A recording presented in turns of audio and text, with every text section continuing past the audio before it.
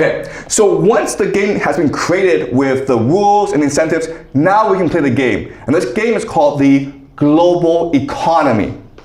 All right?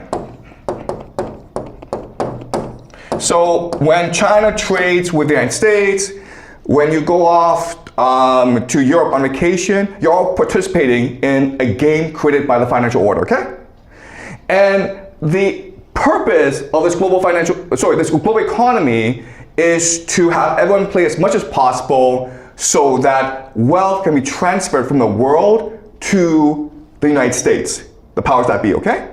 And they do this through two mechanisms. The first is the US dollar. So every time you use the US dollar, you're actually paying a tax to America because America has the power to print as much US dollars as it wants, okay? And the second way that it does this is through something called price hierarchy, okay? A price hierarchy. So the global economy is divided into tiers, okay? So resources are considered the cheapest, even though in reality it should be the most expensive, right?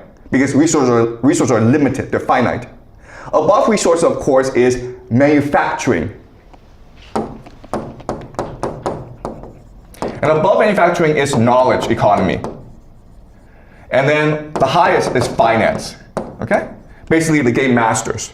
All right, so and as we can see, once with this price hierarchy in place, what we can do now is divide the world according to the specialties, okay? So resource, of course, would be Russia.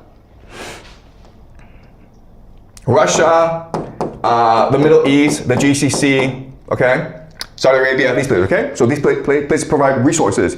Manufacturing then would be China, right? Knowledge would be Europe and the Five Eyes, okay? Basically the Anglosphere, Canada, New Zealand, Australia, Britain, and then finance, of course, the United States. Okay? Sorry. The United States.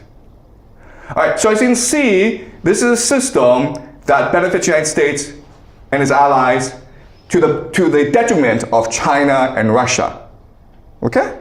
But this is how the game is structured. Of course, if the United States doesn't like you, what it can do is not allow you to play this game.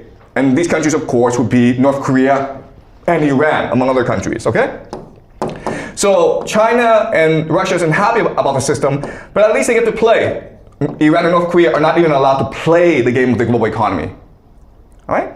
Now, of course, you can't have people believing that, okay, this entire global economy is structured so that the West can steal resources from everyone else, okay? So what you do is you create another layer called the rules-based international order. Okay, multilateral organizations, which includes the UN and the WTO, okay, World Trade Organization. Okay, this is called the rules-based international order. But it's really controlled by the empire, okay? So all these are just basically shadows on the wall that the empire is creating, projecting, okay? To fool us into behaving the way the empire wants. All right. So now that you have the system in place, what you need to do is indoctrinate people into believing that the system is fair, just, and good, okay? And then you do that through three mechanisms. These three mechanisms, of course, are education, media, and culture, right? What is education? Well, schools, guys, and universities, academia. You think that you go to university to learn knowledge. No, you don't. You go to university to be brainwashed into believing that this system is not just fair, but actually what really makes this system work is the rules-based national order. Okay? You don't even think about empire. So that's education. Then of course you have media, which is CNN, BBC, New York Times. Each time you read an article, you think you're receiving news. You're not receiving news. You're being brainwashed into believing that this order is fair, just, and appropriate, okay? A phrase that you'll keep on hearing over and over is rules-based international order. Okay, but it's not a rules-based international order. It's Plato's cave. It's a deception. And the last, of course, is culture, which is Hollywood. And, you know, television shows, sitcoms, okay, things that you absorb every day. There's high culture and there's low culture. All right, so these are three mechanisms in which this order is basically indoctrinated into everyone so that you don't even know this is a deception, okay? You believe that this is reality itself. And this is all to create values and norms. Okay, just the way you see the world, which allows for the creation of a legal structure. So that if you break the rules, it's not that the elite will come after you. They don't have to come after you because everyone else will come after you. Okay? If you're that guy who discovers that this is all deception, they'll kill you. Okay? Not the elite, but the people around you will kill you because you're breaking their fantasy. Okay? You're destroying their fantasy. Alright? So this is a very effective system. The problem, though, is that you need to spread the system, okay? So there's three problems, okay? First of all, you have to protect this system, the status quo. Then you have to spread this system as well, okay? And then you also need to justify this system. And you do that through three transnational systems, three transnational organizations. And these are, okay? First, of course, is intelligence. What is intelligence? Spies, okay? Their job is to infiltrate other nations' elites and co-opt them into the system. That's what their job is, okay? That's what intelligence does. Then you have crime. Crime just engages in the most profitable enterprises, which includes, of course, drugs, human trafficking, and something called money laundering, okay? And this is a way to incentivize the global elite to work together, okay? So that's the first two. And then there's one more mechanism called science. Now you think that science is about pursuing the truth. No, it's not, okay? Science is fundamentally about finding evidence to justify and protect the status quo. Okay, that's why science is fundamentally materialistic. Okay, all right. And what? So so we have to remember, like, this system is trying to create values, right? And these three major values is something called the open society.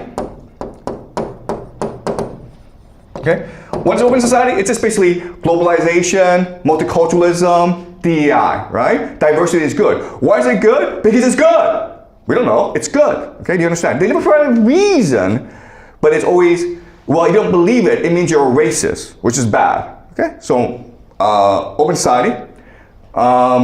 Second is the idea of privatization. Okay, or what we call neoliberalism or free market, meaning that governments suck at what they do. Therefore, you should allow private entrepreneurs to control everything. Okay, and this idea of neoliberalism. Again, there's not much evidence to support this, but if you don't believe this, it means you're a communist. Okay, which is bad, by the way. And the last thing, of course, is consumerism. Okay, so consumerism is just like, how do you prove your value in life? How do you pursue purpose and meaning in life? Things, man, okay, and then put it on Instagram so that people can like it, you know. That's the value of life, man. Make as much money as possible, and then buy a yacht, get a super hot girlfriend, and then broadcast it on Instagram, and then you're a hero, okay? Of course, what people don't discuss is that this system is making people lonely, miserable, depressed, suicidal. But, well, it's because they're not taking enough drugs, right? If you're depressed, you should take antidepressants, and that will solve the issue, right? Okay, so because intelligence, crime, and science are above the nation state, okay? You need other mechanisms to actually operate these three things. And so what allows for the system to work is a collection of elites, okay? And you can break them down into three groups. First, you have transnational capital. So think of, finance, transnational capital. Then you have secret societies. And then you have families, okay? So elite families. All right, and these three organizations themselves are bounded by something called the occult. And we'll discuss this later on, okay? The occult. The occult is just basically hidden, secret knowledge, not available to people, that comes from three places. Other places as well, but we'll look at three places, okay? Hermetic philosophy, the Bible, and the Kabbalah, okay? We'll discuss this later on. Don't worry too much about the occult right now. I'll show you what the occult is later on. But this is how the system works.